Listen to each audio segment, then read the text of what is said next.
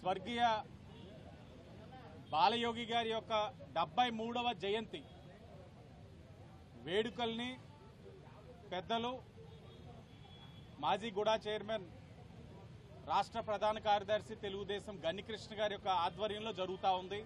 ఒక్కటే, రాజకీయంగా ఎన్నాళ్ళు పదవుల్లో ఉన్నావా లేకపోతే ఎన్ని పదవులు చేసామన్నది కాదు, ఎన్నాళ్ళు ప్రజల యొక్క జీవితాల్లో వెలుగు తీసుకురాగలిగాం, ఎవరి గుండెల్లో స్థిరస్థాయిగా నిలబడ్డామన్నది చాలా ముఖ్యమైనది. ఈరోజు బాలయోగి గారిది జయంతి వర్ధంతి క్రమం తప్పకుండా రాజమహేంద్రవరంలో కృష్ణ గారి యొక్క ఆధ్వర్యంలో జరుగుతూ ఉందంటే ఆయన ఎంతలాగా ప్రభావితం చేశారన్నది మనం అందరూ గమనించాలి. నిస్వార్థంగా ఇలా చేయగలిగారంటే రాజకీయంలో కొన్ని ఉన్నతమైన ఆలోచనలతోటి ఆయన ముందుకెళ్లారన్న విషయం కూడా ఈ తరం వాళ్ళు గమనించాలి.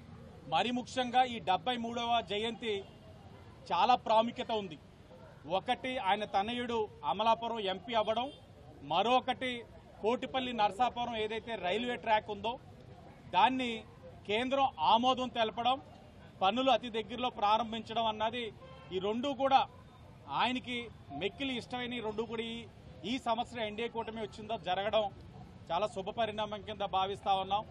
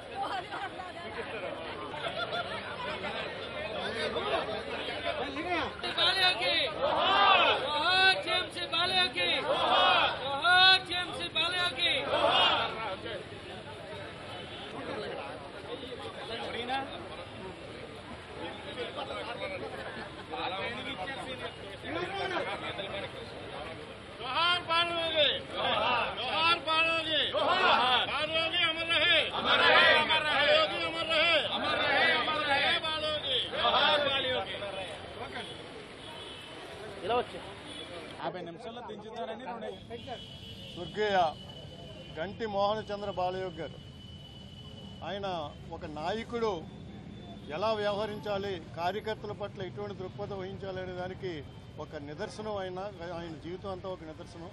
ఎంతోమంది నాయకులు వస్తారు, ఎంతోమంది పోతుంటారు. ఈ భూమి మీద రాజు వచ్చారు, రాజ్యాలు పోయినాయి, అందరూ పోయారు. అయితే వాళ్ళు చేసిన మంచి పనులు, ఆయన చేసిన మంచి పనుల ద్వారా ప్రజలకు గుండెల్లో నిలిచిపోవడం అది ముఖ్యం. అది దానికి ప్రత్యక్ష ఉదాహరణ స్వర్గీయ బాలయోగి గారు. ఈరోజు నీ కంబాల చెరువు పార్కు ఇంత అభివృద్ధి చెందిందంటే దానికి స్ఫూర్తి కూడా ఆయనే ఇచ్చారు మాకు. మీకు ఆయన మూలంగా ఎంతోమంది రాజకీయంగా కానీ లేకపోతే వ్యక్తిగతంగా కానీ వ్యాపారీత్యా కానీ ఆర్థిక పరంగా కానీ ఎన్నో కార్యక్రమాలు పొందొచ్చు, ఎంతో అభివృద్ధి చెంది ఉండొచ్చు. అయితే ఆయన గుర్తుంచుకున్నారా లేదా నాకు తెలియదు, కానీ నాకు మాత్రం ఆయన పంచి ఇచ్చింది ఏంటంటే స్నేహం పంచి ఇచ్చాడు. ఆయన ప్రజలతో ఎలా మెలగాలో చాటి చెప్పాడు. ఆయన అటువంటి గొప్ప వ్యక్తిని నేను కనీసం సంవత్సరానికి 2 సార్లైనా తలుచుకోవడం, ఆయనకు నివాళులర్పించుకోవడం నా కర్తవ్యంగా.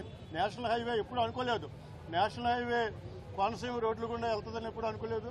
అలాగా దాన్ని కూడా తీసుకెళ్ళగలంత బాలయోగి గారు అని తెలుసుకుంటూ, బాలయోగి గారిని ఆదర్శంగా ఇప్పుడు ప్రజెంట్ లీడర్స్ అందరూ కూడా తీసుకోవాలి.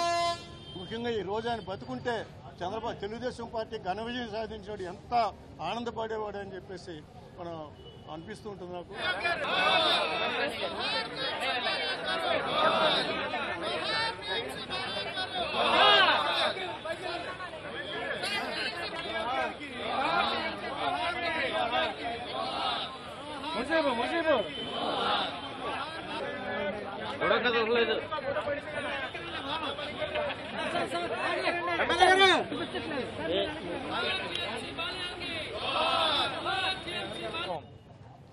గర్వించదగ్గ మహానాయకుల్లో ఒకరు.